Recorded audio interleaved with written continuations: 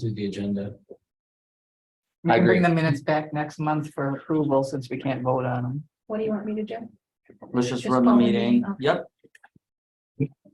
Really, the only action item is the minutes right now. Right. Yeah, so we can roll. Yes.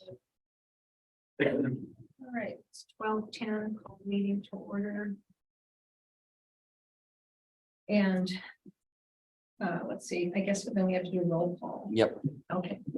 So, Kathy McCoy is excused. Grant Gerber, Here. Mark Helwig, Yes, ma'am. Marshall Savitsky, Elaine Smith, here, Katie Bellinger, Brian, Excused, I think. Ryan Reed, Reed Schumann, Here. Lorraine Gouget, Andy Alvarado, Here. Bruce Paquette. Joe is in for Doug. Here.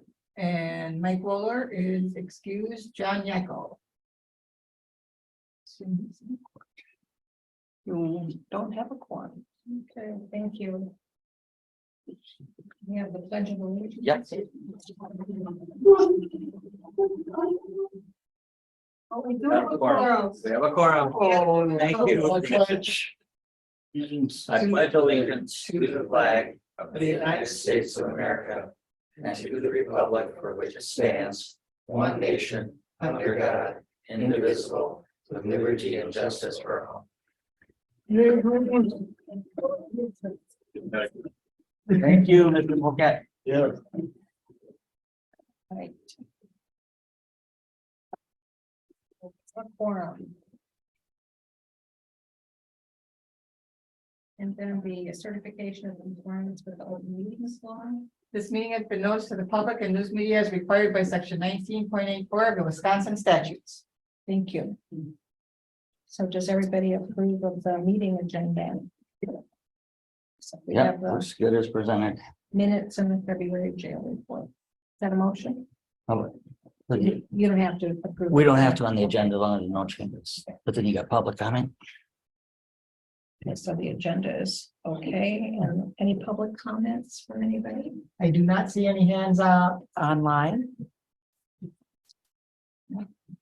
Okay. And then, do we have a motion to approve the minutes from February 8th? I'll make that motion. Second, I'll second that. thank you. Minutes of February 8th, 2023 are approved. And then we also have the jail report update that is attached to your agenda. And I don't know if Joe's going to talk about that I have that or one. present it. You don't have a copy of it? We could pull it up online. It's the one from our Public safety. public safety meeting, yep. I guess, does anybody have any questions on the report?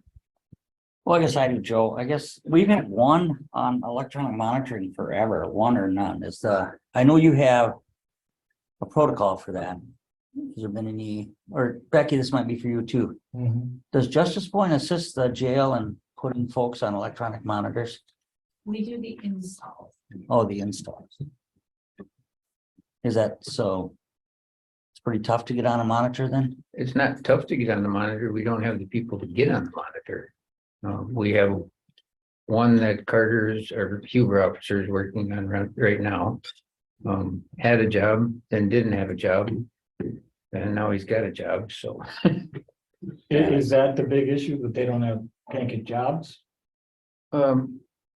Sometimes, I mean, we do let people out on monitor for other reasons, whether, Like health reasons or, childcare, stuff like that, but we just haven't had those people.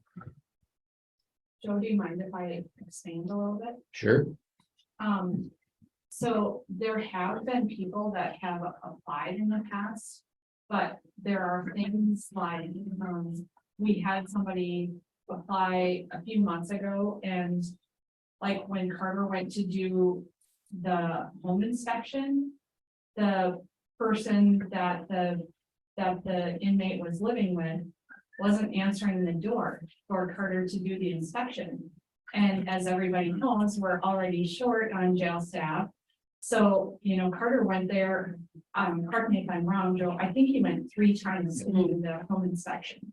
And so, when that person is inside and not answering the door, the time that's spent for Carter to go there and, and he set up an appointment with this person and they just intentionally didn't answer the door. So, I mean, I realize that's only one person, but, there is that protocol. We are looking at trying to also revamp the rules that are put into place for people to go on monitor, which hopefully should expand the people who are accepted to go on monitor, but that hasn't been able to happen yet because we're also working on other things. So it's not like we can dedicate all of our time to work on that. They have to pay to be on monitor? They do. That, can I jump in? Like if they were at say, the men's shelter. And if they could get a monitor there, there were some issues there too, right? Where they couldn't have it set up there. What happened there, I don't believe that being at a shelter is right now is an acceptable placement? placement. Because there are those who are homeless. And it is shelter, and if they're there for a length of time, that could help, you know what I mean? So when you're. And that might, I'm not guaranteeing because it's not all up to me. Right. Like we are a team, and so when we look at redoing those rules, Yeah. that might be some, again, I'm not Yeah, guaranteeing, but that yeah. might be something that we can look Yeah, at. he's looking into, yeah. Who's up, Becky, I'm sorry. Who's all on that team? It's myself and jail staff. So it's the sheriff, it's lieutenant. Chief, were you there when we talked about it? No, So, and Deputy Hartling. Can you run through the whole process though? You do the installs, Carter's doing the home visits, when somebody's been okay. So when somebody is, it depends on what they're charged with. Yeah. the conviction then. Yes. Okay. And then from there, there's an application that they fill out through Deputy Hartling. Because he is a Huber officer. Okay, so then they fill out that application. Now, if somebody needs assistance with that application, they can bring that. They can make an appointment with our office and we will assist them with that application process. And then they complete that, they turn that into Deputy Hartling. He approves that, and then ultimately Lieutenant Mueller will do the final approval if they meet all of the qualifications with that. And then there is a 48-hour, they have to sit 48 hours in the jail. Now, they have been waiving that for females because females are in Barron right now. So to help females not have to do that, they have been waiving, so to deter that transportation issue. But males still have to sit that. And then they set up a time with our office to do the install. During that 48-hour time is when Deputy Hartling usually tries to do that inspection, that home inspection. And then from there, that process takes place. Ma'am, they have to be sentenced inmates, correct? Correct. Correct. They are, during that time, they are an inmate of the Sawyer County Jail. So they have to abide by those rules. So, people get confused because they think that they're under supervision with our office. They are not. They are an inmate of the Sawyer County Jail.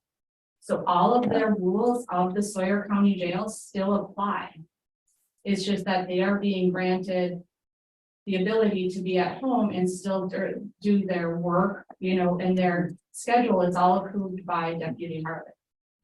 We do the install and the monitoring of that bracelet. That's all we do.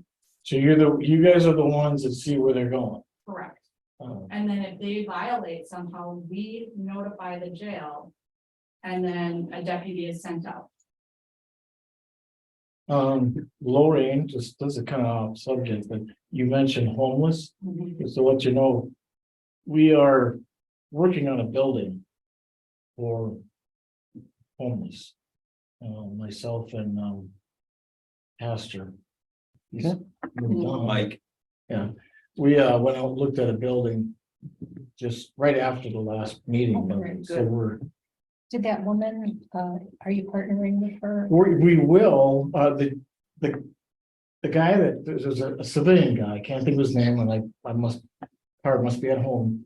But he had knee surgery. When he gets out of knee surgery, that's Pastor Mike Thompson over at House of Hope. Oh, okay, yeah, and he's going to be running the show, so. The, as he put it, task force, but right now it's just him and I that I know of. So we'll need some more people on that. It's something over there that we've been talking about Yeah. for quite some time. That is a need. Yeah, But Definitely. we have a really, really good building and we did talk to the gal from Madison about it. And, you know, namely, you gotta get the start off, you know, or our organization, whatever it may be, together, 501(c) and that kind of stuff. And once that's set up, then we can go forward with her and so. was that the funding that was coming down for the sex offenders, or that's something totally separate? No, that's separate. This was from, I'm trying to look for her name here. She was appearing last time, right? Stephanie Nault. And she was Oh. with the Department of Correct. Corrections. Yeah. And this is separate. This is for men then, or? Well, what we're thinking is this facility will be dual. What she had brought up is the funds Right. from that, Yeah. you have to be in the Department of Corrections, you know, somehow, so that's where she wasn't For that. exactly able to help with the homeless, but there was some areas that they would be able to assist. I mean, we were all surprised to hear that they had money. Yeah, and they were looking for a building. Yeah. Or whatever, some kind of facility. To just have that It's program. a 6,000 square foot building. Wow, Oh, that's great. right in Hayward? It's right out of town. You guys know, what's his name? Burmeister. Jim Burmeister, Jim it's Burmeister. heading up towards Sealy, you know where the big praying hands sign is, billboard is on the side, it's right. It's his Right. building, used to be where he ran his suet business and stuff out of. Okay. I've toured it before, it would be a It's a great, building. it'd be a great facility for it. We've already started thinking about possibly, you know, maybe like worm business for the people there to work on, because there's 2 walk-in coolers. So. I mean, Yeah, it's like you could total business underneath, and upstairs, there's a living area that I think is 2 bedrooms with a kitchen, living room, and then there's a Oh, yeah. separate area that is wide open, and he's actually got already, I think, 8 or 12 Beds. Beds in there mattresses and- Stuff, it's all gonna go. Everything that's in the building is going with. office There's space. And an area downstairs where we're thinking could be a female area. And then upstairs would be male area, and that housing, you know, if we had someone that was. Within that group even that would be able to, you know, run the show and they could live there. So. Julie Lyons has her hand up. Mr. Hellwig, I was just gonna reach out. Joyce Knowlton will be able to join that work group. So you'll have somebody from public health be able to help Super. to assist. Joyce, Joyce Knowlton, she comes to these meetings with us, with me sometimes. So if you just get to me, just email me okay, information, I'll make sure you get hooked up with her. all right, super duper. And Awesome. before you go on, Elaine, can I add something? Sure. We had that transportation set up through Minot for workers. And it was supposed to tie in with our jail to help them who need to work and have them get there back and forth. Whatever happened to that? We lost our drivers. Oh, no drivers. Yeah, it was through the Huber program and for LCO. It ran for several months. So did Within our the drivers. inmates Were they part of that? Did they utilize that or? I think so. I think there were one or two, There are a couple I do. Yeah. yep. That If worked the they same shift. continue to need that workforce and be that high percentage unemployed. That could maybe still help if we, so all we need is a driver, then we still got the vehicle? For a short time. You still have the van available? There's 2 vans, yeah. Okay. But that ends soon, right? Let's say the Oh, grant- yeah, that's, Where are the bands? At transit. but like you said, the grant for it itself is soon. Coming to an end. Yeah, But we were hoping that, or Lakes. Would jump on board more with that, to help supplement that to their company, they need the workers. oh, links, Yeah, Jack Links, and that they could help keep that going. Once that grant ran out, or there was proposed to them, you know what I mean? Keep building on that because it's an opportunity for people for employment. I guess the question there, did anybody reach out to them? We met with them for a while, but I haven't reached out to them just lately, but we can So, you know, try again. Anything else? so off subject, I apologize, but I want to make sure you guys knew that. Thank you. Now we have the criminal justice coordinator update.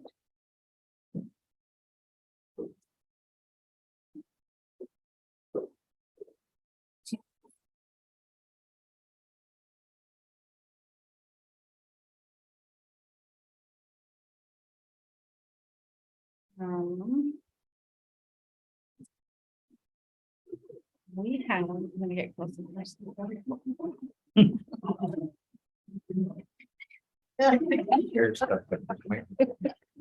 I think it's here. Usually remove. Bill's trying to keep me away. Yeah. So March, we have 81 on pretrial. We have 32 on court reminder only right now. We have 12 diversion cases. We have 11 diversion referrals pending. We have 16 diversion completed. We have 24 diversion eligible. We have 2 pending failed diversion cases right now. We have 46 on our wait list and we have 11 pending. So if you notice that our pretrial cases are down, but we're working on going through our wait list right now. Actually, Michelle is working on going through our wait list. So as soon as we get through our wait list, our intention eventually is to start taking on new clients, but we did hire a new case manager. They will be starting with us on March 27th, which will help. I cannot give a name because they have not given their notice yet, so they have asked me not to announce their hire. But we do have them coming on with us, so we're very happy about that because as I announced last month, Heather and Katie Ann are both still case managers, but they have also taken on new roles, both of them. So they're learning their new roles, even though they're still doing case management. So our intention is for them still to do case management, but also take on a dual role in Heather is treatment court coordinator, Katie Ann is diversion coordinator. So we have, this constant influx of change. And then Michelle is in the supportive role that she is in, which is also very helpful. But as soon as we bring on that new case manager, we will, and get them trained, we will be able to hopefully once again, be able to take on new cases, which will be helpful. We are also exploring new funding sources for new programming, which we're looking forward to, which will help us provide more services. So we look forward to that. As I said before, we were looking into law enforcement diversion. We're getting closer to that. I'm not sure when we want to bring up our trainers for that. So we have to sit down with the sheriff and chief and, you know, that and decide when we want to move forward with that. Sweet. Becky.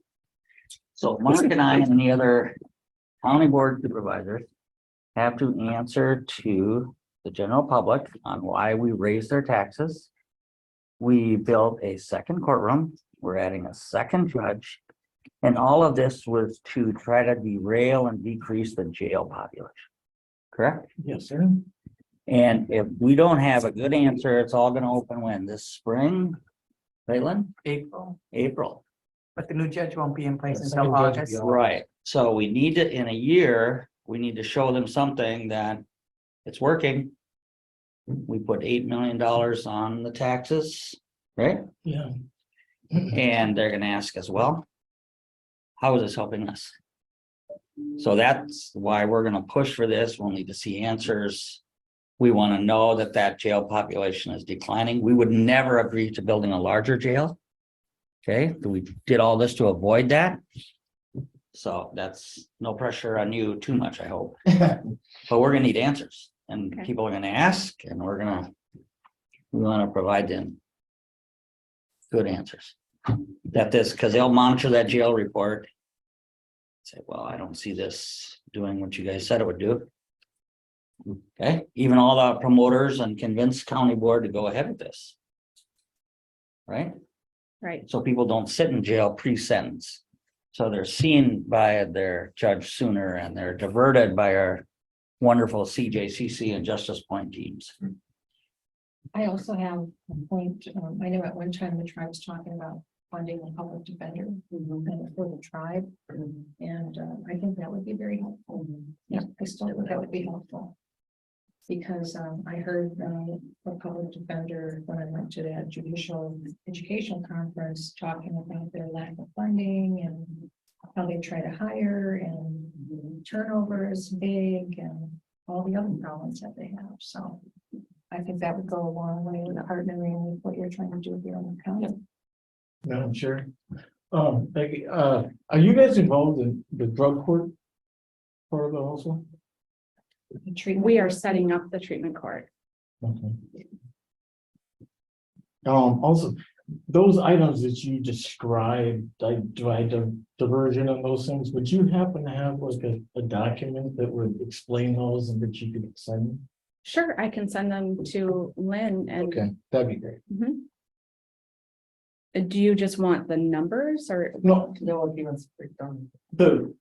what those items. Definition. Definition. Just. Yes. Yes, like what kind of, I don't want you to go through what kind everything of now. programs we're providing? Yes. Mhm.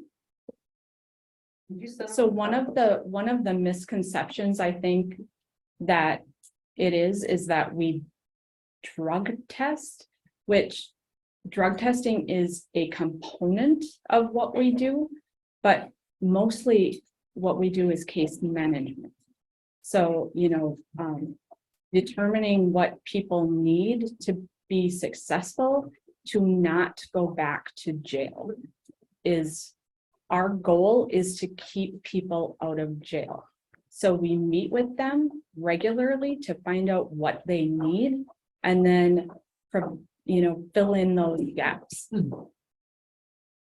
Well, I know we've mentioned drug court was I think we said recently that it was going to be up and running or it is up and running. We're in an implementation stage. We got an implementation grant for 2023. So we are working on implementation this year. And I don't know what's all involved in it, so. And part of that was the judge was here however many months ago and said we would not be able to get it fully up and running until we Right. had that second. Folks, we had discussed how, at least get it going. and So that's we what have you're doing. we have a work group Mhm. that meets monthly and yesterday we went to Bayfield County and observed their treatment court. And we meet monthly, we're going over policies and procedures. There's a team of us that are there's a team of 11 of us that are going to WATCP, which is Wisconsin Association Treatment Court Professionals in April. And so we'll go to that to learn, you learn standards and practices, you learn just, you know, how treatment courts run, what to do, what not to do, different techniques. And so there's members of our work group that are going, and not everybody from work group is going to be a part of treatment court, but many of them will be. And and then there's a smaller group of us, 4 of us that are going to NADCP in June, which is the National Association of Drug Court Professionals. So there's 4 of us going to that. And that is just a much larger scale of WATCP. So the same thing. It's the largest addiction conference in the country. They have thousands of people who show up for that NADCP. And it's very informative. The sessions that you choose to go to learn, you know, how to run your treatment court and different grant funding sources. And, you know, there's a lot. Well, thank you. You really answered my question well. Thank you very much. There's a lot to it. Yeah. And then on the tribes and the Healing to Wellness part was happening yesterday afternoon, so I was gonna try to appear by Zoom to view the Bayfield. Yeah. Drug court, and I couldn't do it, but there are 4 of us that are also going to the APRA training, and 4 of us that are going to what they call RISE 23, the NADCP meeting, because they have different tracks, like Becky said. So if you're a case manager or coordinator or a judge, or you have a healing to wellness board, or you're a counselor, you know, they have tracks for all of it, and it's just pretty amazing. So, And Judge Smith is part of our work group for treatment court. Yeah, that's wonderful. Yeah, thank you very much. Yeah. So Becky, then treatment court and all of your efforts will positively affect the jail population, correct? We hope so. And will, in the same way with recidivism, right? It's gonna Well, lower recidivism, we hope. So as we talk, you know, I tell everybody, and there's some people who are not on board with treatment court, because Clients? you don't, Or, no, not necessarily, just people in the general public. oh, But there are not, the number of people that you take on in treatment court is, you don't take very many people. You know, treatment court, you don't, the numbers are small. However, the goal of treatment court is long-term success. You work with people and you give them the support and the tools so that when they relapse, when they fall down, they know how to get back on without having to go back to jail in order to fix the problem. That's the goal, right?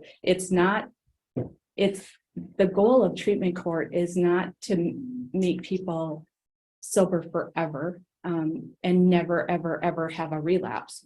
That's not even realistic. Right. Because that's not how substance abuse works. Yeah. No, It's like to, harm. it's to train people to know how to live with addiction and substance abuse issues and mental health, and live in the communities that they live in and deal with everyday stressors, and go to the gas station and run into somebody who used to sell you drugs and turn around and deal with that. You know, that's what it is. It's being realistic. Yeah. one Good. of our, And so, sorry, go ahead. but it's, you don't, and the judge brings this up. You're not dealing with 200 people a year. You're probably dealing with, at the very most, 20 to maybe 50 in our, Not even that many. No, right. They say about 5 to 6 people. I was per thinking case. 5 or 6. Well, we had to write our grant for a little more because of the amount of people that come through our court system. Right. Yeah. So we'll have to take on a little bit more, and we may have to hire more case managers at some point to take on more. And that's okay. But again, our goal is long-term success. It's not about the number of people that you run through. So, Tweed, in response to your earlier comment, it might not be gigantic numbers that we see, but long-term success, that's what we want to show. Yeah. And our case managers are second to none. Right. They do a good job. Well, With the trauma, Yeah, you know. recidivism has just been a huge thing here, and that seems to be one of the biggest And there's So, the what we can nature of address. addiction. Yeah. The judge would put them on, the drug court instead of going to jail. They have a choice. They have a- Treatment court is a choice. Okay. It's a commitment, it's work, it is not easy, Mhm. and it's a choice. There are also requirements under TAD funding that you have to qualify. And then also through our policies and procedures that our work group will put into place. So not everybody is accepted, Of but course. that's how it runs. You can't be a violent offender, for instance. Right, and that's under TAD funding. That has nothing to do with our team. Right. That's under TAD funding. But they would be out, they would not be in jail while they're in this program. No, Right, okay. they're under supervision. They have to jump through a lot of hoops. Yeah, there's. Oh, yeah, commitments. yeah, I know, I understand that. And there's levels, I- so I they thought it graduate was- Right. to different levels during their course. And obviously, I'm sorry, Judge, but obviously these are addiction related offenses, Yes, correct? Yeah. Yeah. I was just gonna say, one of our gentlemen yesterday in our Healing to Wellness Court, he's been sober maybe over a year or so. And he's doing really well, and his presence in the Healing to Wellness Court has not been that long, so he's just transferring into the second pathway, which is what's called the Cedar Path. And he recently went to trauma-informed care training with a couple of other men down in Florida. And he was telling us his experience and saying that he had no idea that he had all this trauma and grief in his body until they explained all the levels, and you kind of have to talk about your experiences. And there's I think it's called an ACEs test that you take. And, if your parents are divorced or you've been separated from your family, you've had death in your family, things of that nature that create trauma for the child. And then if that is never resolved or you don't ever deal with that, carry this around with you. And it was kind of nice to see him share his experience, because he's a quiet guy, but he was really excited about his experience. So you yeah, said that's the around the training, adversarial correct? childhood. He went to a training, yeah, he went to a conference. So he'll be able to. That's what he's give us hoping to information. do, be able to mentor other people, yeah. So, anyway. Sounds like you guys. This is all great because it sounds, I got more information. It sounds like you guys are really doing a big time job. Thank you. Yeah, well, we believe in what we do. Thanks, Becky. Thank you. Becky or Joe or maybe the DA, there's been a noticeable decline in the jail population. From the last couple of years, it was running high 90s to 100, and we've been sitting at mid-70s here for a few months. Is that, do we want to take credit for that, or is there other things that are happening that? I don't know how to take credit for that. And that kind of started when COVID started.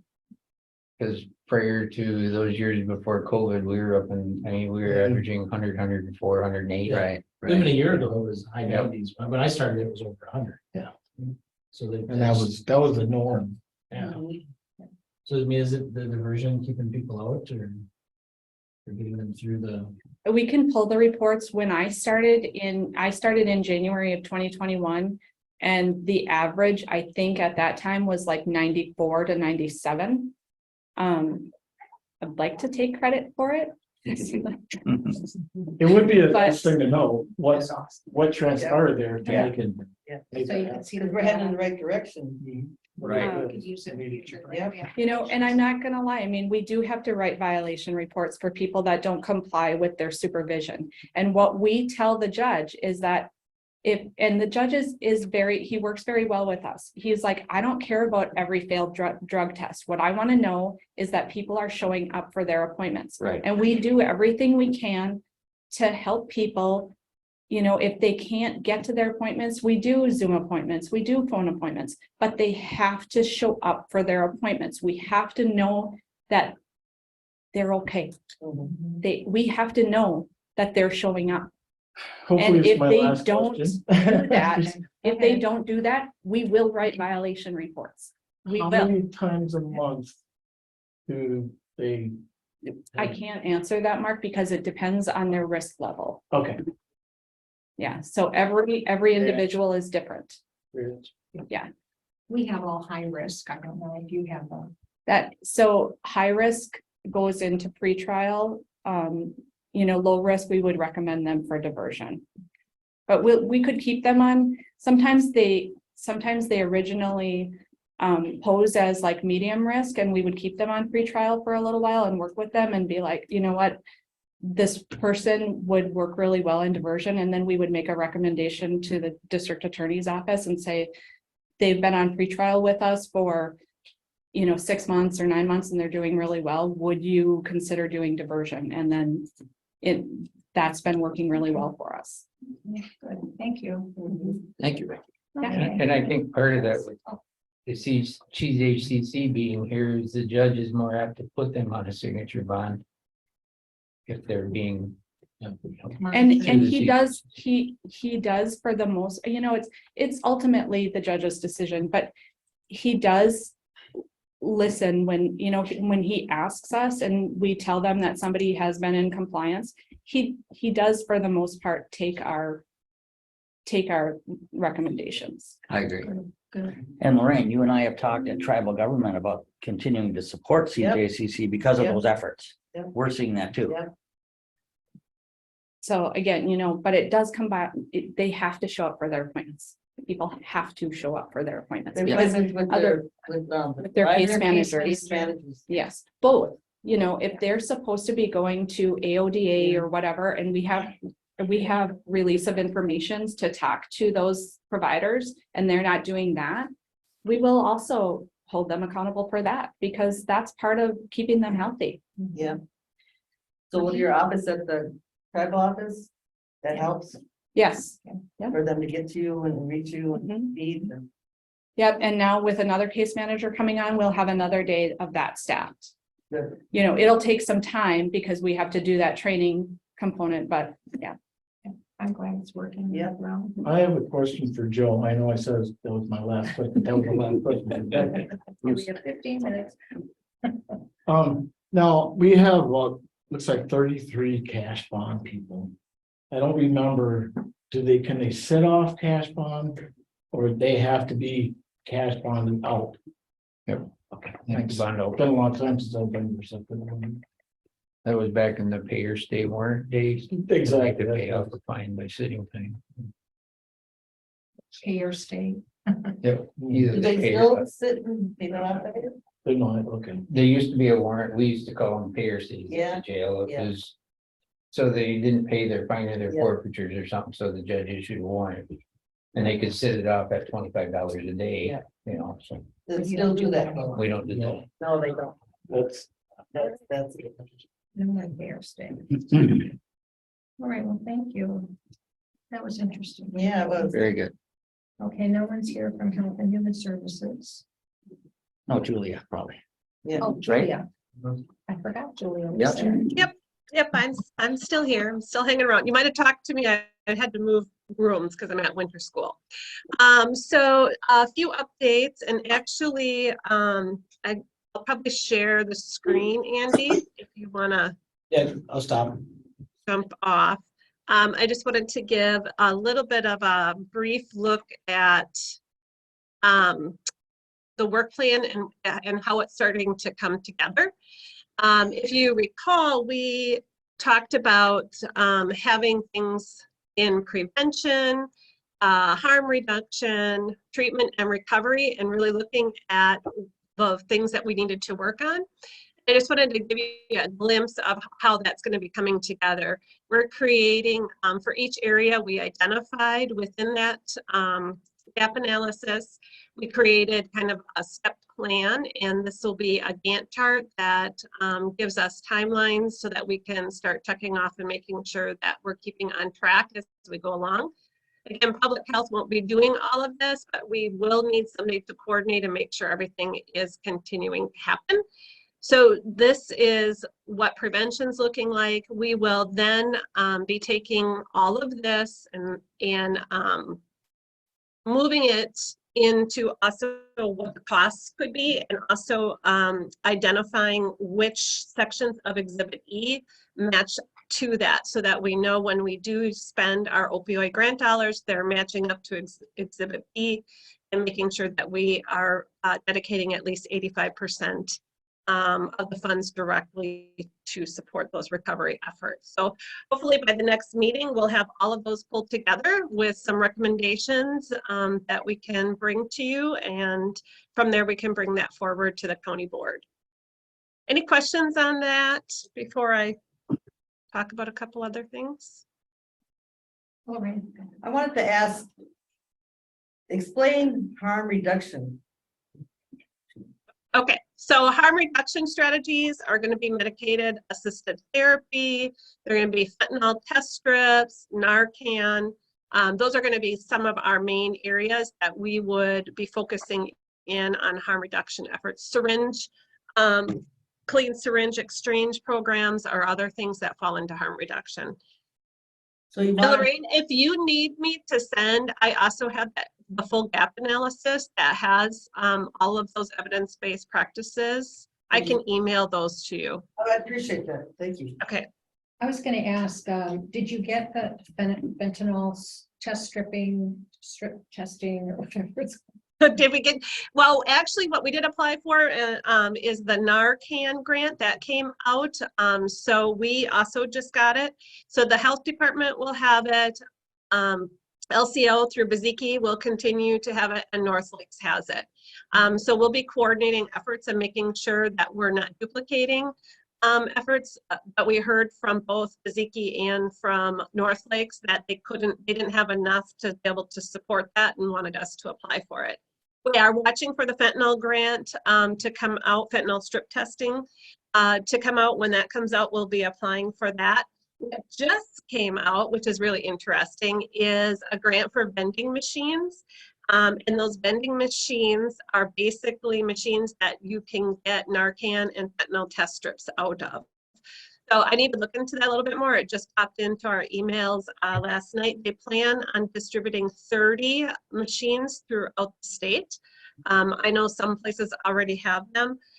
So we'll need to talk about if that seems feasible for us and where would be the most appropriate places to put that. Okay, thank you. Interesting. The other thing that we, so we have the Prevention Coalition. So one of the things I did talk about is in order to get good grant funds or be able to apply for some of these higher end grant funding, you have to have prevention coalitions that kind of meet certain parameters. And LCO has had a prevention coalition. Sawyer County had one that was the LCO Sawyer County. So it was kind of combination of the two. Neither one have been functioning really well in the last few years. We don't have the sectors identified. Work plans are not really clear. So we met with Marie Basie and Dottie over at Beziki, and we're actually combining coalitions. We have a work day pulled together. We've already notified coalition members, and we hope to have that up and running by April with the charter, the missions, everything up and running. So that's moving forward and really good. And then the other thing that we have identified in some of the prevention work is really to be focusing in on those drug take back days. So right now we are going to be working hopefully for April 21st. Nationally, Drug Take Back Day is April 22nd, which is Earth Day. We're hoping to do it on Friday and potentially work with the 3 school districts as sites that we can be able to do drug take back. We already have law enforcement at those sites. So just starting to have that conversation, don't want to get that out and publicized yet until we get all our ducks in a row. So I think that covers things. The only other thing that I was thinking about as I'm listening to you guys talk about numbers and things, and as we move forward with our work and looking at where the opioid dollars are, I think we really need to take some time to think about what a performance dashboard or a scorecard kind of looks like, so we can kind of track and see where we've been over time.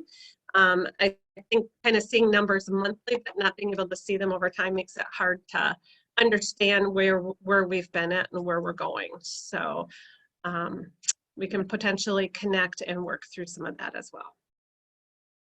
Okay, thank you. Anything Appreciate that. Yeah. Very good information. Yeah, especially as we're coming out of the pandemic. So we're taking a closer look at everything. Yep, exactly. Okay, thank you. Andy? Go ahead. Just a couple things to add, just, I don't know if Julie mentioned this, but the county board is going to see a settlement next week for opioid funds and additional settlement with the retailers. So we expect the total amount of money that the county is going to get to go up by about 50 to 75%. So we'll go from, I don't remember the exact numbers, but we'll say from about 500,000 to 750 to 800,000 over.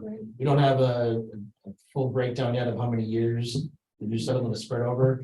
The original settlement was 16 years, so we'll still get 750,000 over 15 years. But for rough numbers, Julie's putting together the budget, to use about 40 to 50,000 a year is what we think we'll have available. And then there'll be some competitive funds as well in there that we hope to leverage. So I just wanted to drop that in, and then for additional health and human services update that I think is applicable to this committee, and you'll probably maybe hear about this, is that we are running into some significant problems in the CPS unit, the Children, Youth and Family Division of our Human Services, where we've had a number of resignations over a period of months and have had difficulty filling those spots. So if you have contact with the DA's office, the sheriff, you're going to see some things, and you may have already seen them, that we've got other counties assisting us with access reports and screenings and on-call, make how much has been communicated with the sheriff, but we'll have some people from outside the area be available for after hours or weekend on-call consultations. And then if the situation presents itself, then we'll have to have somebody, one of our staff that's on the ground here respond to calls, but some of the calls might be answered initially by remote staff. And we are contracting with some entities as well, in addition to those other counties. So we're 4 people short right now. That left? Yep. Yeah. 2 leave before the end of last year and 2 resigned a couple weeks ago. So, and I, just, the questions that come up as to, yes, we are talking to them before they leave, before they resign even, to get a feel, and it's not, I wish there was something that we could just say, yep, we fix this. We would have kept them all, but it's really all over the board. Some are leaving, some are burnt out and they go to other types of positions. Some are taking jobs closer to home. Some Just don't like it here. yeah, I think that some of that, we've had some other things going on that maybe the atmospheres could be better. I think it's a hard job. And if you have other things start to stack up on top of that, it makes it real easy to look at other positions. Sure. So Yeah. Thank I got you. one last Oh, question. okay. Julia, are you gonna be able to do all this you're proposing with 50,000 a year? Sorry, can't find the buttons here. Well, no, we are going to need to look for grant funding as we move forward, depending on how things kind of pull forward. So definitely need to tap into other sources in order to be able to make this successful. And it's really going to need to be a systems approach too. So, we're kind of looking at a work plan, but it's not that public health is going to do everything. We need to be able to coordinate the right people. Perhaps be looking at even being able to give incentives to get people to come into the area to help support this. But we'll talk more through when you can actually see the work plan and we can kind of show through where things are at. Thank you. Thank you. All right, it's about 1 o'clock, so anything from community services, updates? No. Future agenda items? Pardon me? That would be great. Future agenda items, anybody? No ideas? No correspondence reports from conferences or meetings?